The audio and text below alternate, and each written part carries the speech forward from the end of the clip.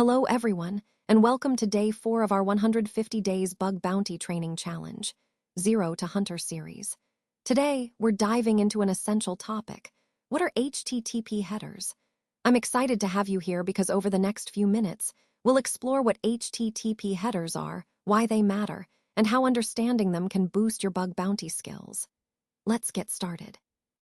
Now, let's take a closer look at HTTP headers in cybersecurity and penetration testing. HTTP headers are really important parts of both requests and responses in web communication. They contain metadata, that is, additional information, that defines how the client and server interact. Think of these headers as the instructions or settings that tell the server or client how to handle the message. These key value pairs are sent before the actual message body, so they set the stage for the data that follows. In cybersecurity and pen testing, understanding these headers is crucial because they often reveal system information, details about the server, the software it's running, or security configurations. Additionally, headers are powerful because they can be manipulated or exploited. Attackers may change header data to bypass security controls, perform injection attacks, or gather sensitive info.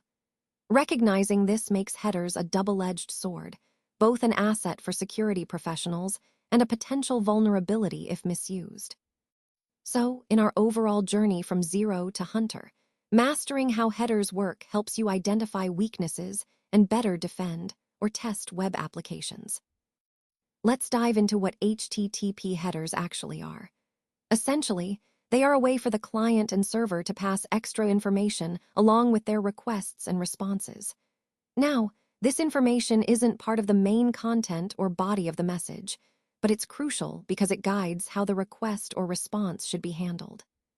For example, when your browser asks for a web page, it might include headers that tell the server what type of content it can accept or what language preferences it has. The server, in turn, can send back headers that specify things like content type or caching instructions. The structure of these headers is straightforward. It's a simple key-value pair with the header name, then a colon, and then the header value. So you might see something like content type, application/JSON. This tells the client or server what kind of data is being exchanged.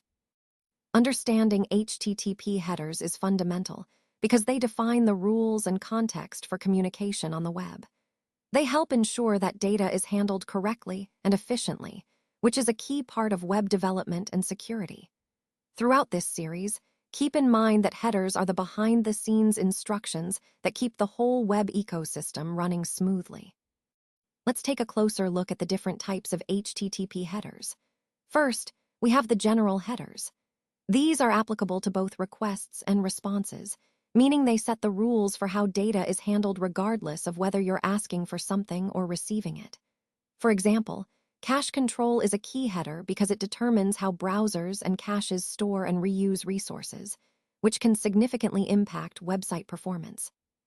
The connection header controls whether the network connection stays open or closes after the transaction, helping optimize resource use. And the date header simply provides a timestamp for when the message was created, useful for synchronization and debugging. Moving on, request headers are sent by the client or your browser to give the server more context about what it needs. The user agent header identifies the browser or client software, so the server knows how to tailor its response. Accept headers tell the server what MIME types the client can process, like HTML, JSON, or images. This ensures the server sends data in a compatible format. And the authorization header carries credentials, such as tokens or passwords, to verify that the client has permission to access protected resources. Finally, we have response headers. These are sent by the server to provide information about the response or the server itself. The server header reveals details about the server software, which can be helpful for debugging or security analysis. Content type specifies the media type of the resource being sent, ensuring the client interprets the data correctly. And set cookie is used by the server to send cookies to the client, which are essential for maintaining sessions and personalized experiences. By understanding these headers, we get a clearer picture of how data flows and is managed between clients and servers, tying into the overall theme of how HTTP facilitates efficient and secure communication on the web. Let's take a closer look at the role of headers in cybersecurity. HTTP headers are actually a critical part of securing web communications. When these headers are misconfigured or missing entirely, they can leave systems vulnerable to various types of attacks. On the other hand, properly configured headers act as a strong line of defense, helping to mitigate many common threats. For example, the Content Security Policy header defines which sources of content are considered safe. This helps prevent cross-site scripting, or XSS, and data injection attacks by ensuring that only trusted sources can deliver content to your website. Another important header is strict transport security. Its role is to enforce HTTPS connections, which is vital because it prevents SSL stripping and man-in-the-middle attacks. This ensures that data exchanged between the user and the server remains encrypted and secure. Then we have X-frame options, which controls whether your web page can be embedded within other sites. This is a key measure against clickjacking, where malicious sites trick users into interacting with hidden or disguised elements. To give you a practical example, consider the Content Security Policy header that says, default src self, script src self, https://trusted, cdn, com. This basically instructs the browser to load resources only from the same origin and scripts only from a trusted CDN. Understanding these headers and implementing them correctly is essential for building a robust security posture. They are a core part of our overall cybersecurity strategy, especially in protecting web applications and user data. Let's talk about headers in penetration testing, specifically during the information gathering phase. When we analyze headers, we're essentially doing reconnaissance to uncover sensitive information that might be leaking unintentionally. For example, you might see headers like server, Apache 2.4.18 on Ubuntu or X-powered by, PHP 723, and even XASP.NET version 4030.319. These headers can reveal a lot. Why does that matter?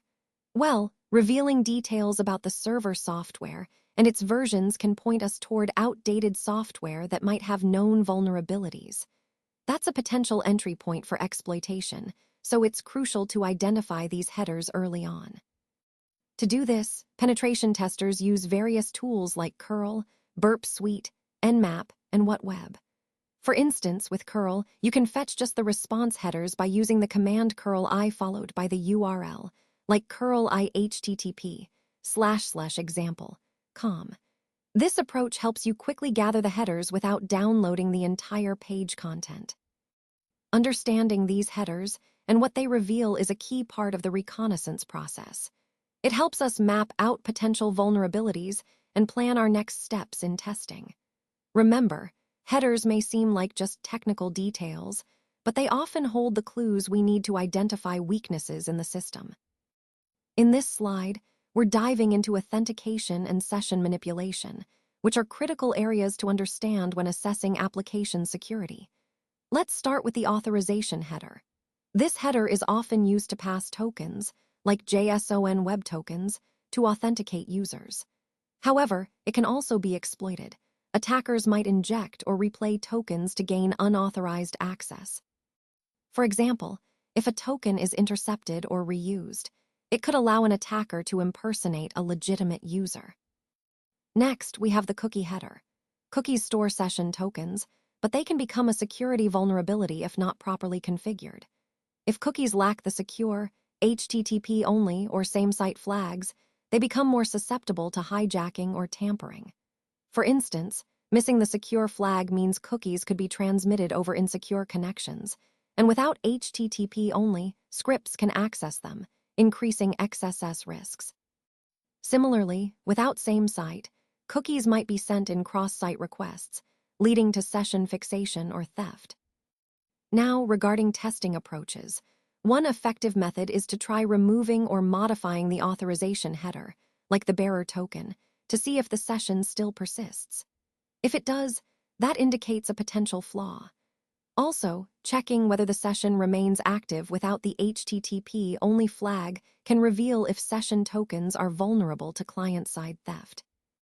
Ultimately, understanding these points helps us identify how session management can be compromised and guides us toward better security practices. This is all part of the broader theme, making sure our applications are resilient against common attack vectors. Now, let's talk about how attackers can bypass security controls by manipulating request headers. One common technique is user agent spoofing. Some servers restrict access based on the user agent string, which identifies the browser or client making the request. By changing this string, an attacker can often bypass these restrictions and gain access they shouldn't have. Next, there's host header injection. If an application uses the host header to generate URLs or perform logic, an attacker can inject a malicious host, such as evil.com. This can lead to serious issues like password reset poisoning, cache poisoning, or even server-side request forgery, also known as SSRF. Another method involves X-forwarded for spoofing. When applications blindly trust this header, attackers can manipulate it to spoof their IP address. This can be used to bypass IP-based access controls or rate limiting, making it harder to detect or block malicious activity. All these techniques show how attackers can exploit trust in request headers to bypass security measures. It's a reminder of why validating and sanitizing request data is so crucial in our overall security strategy. Let's take a closer look at cache poisoning and web cache deception. Sometimes, misconfigured caching settings, like those based on headers such as accepting coding or user agent, can open the door for attackers to poison the cache with malicious content. Here's how an attack might unfold. An attacker sends a request to a URL like /profile, PHP, including a header like accepting coding, gzip. If the server isn't properly configured, it might cache this response, including any malicious content the attacker injects. Then, when a legitimate user requests that page later, they receive the infected cached version, unknowingly exposing them to harm. What makes this particularly dangerous is that a single attack can impact multiple users, spreading malicious content across the cache and affecting many at once. This is a powerful reminder of why proper cache configuration is so crucial in our overall security strategy. Now, let's talk about cross-site scripting, or XSS, and how injection via headers can be a serious security concern. Some applications are designed to reflect request headers directly into responses without properly sanitizing them. This creates a vulnerability that attackers can exploit. Headers can actually serve as vectors for XSS attacks. For example, if an application echoes back header content directly into its HTML output, and that header contains malicious code, it can lead to a reflected XSS attack.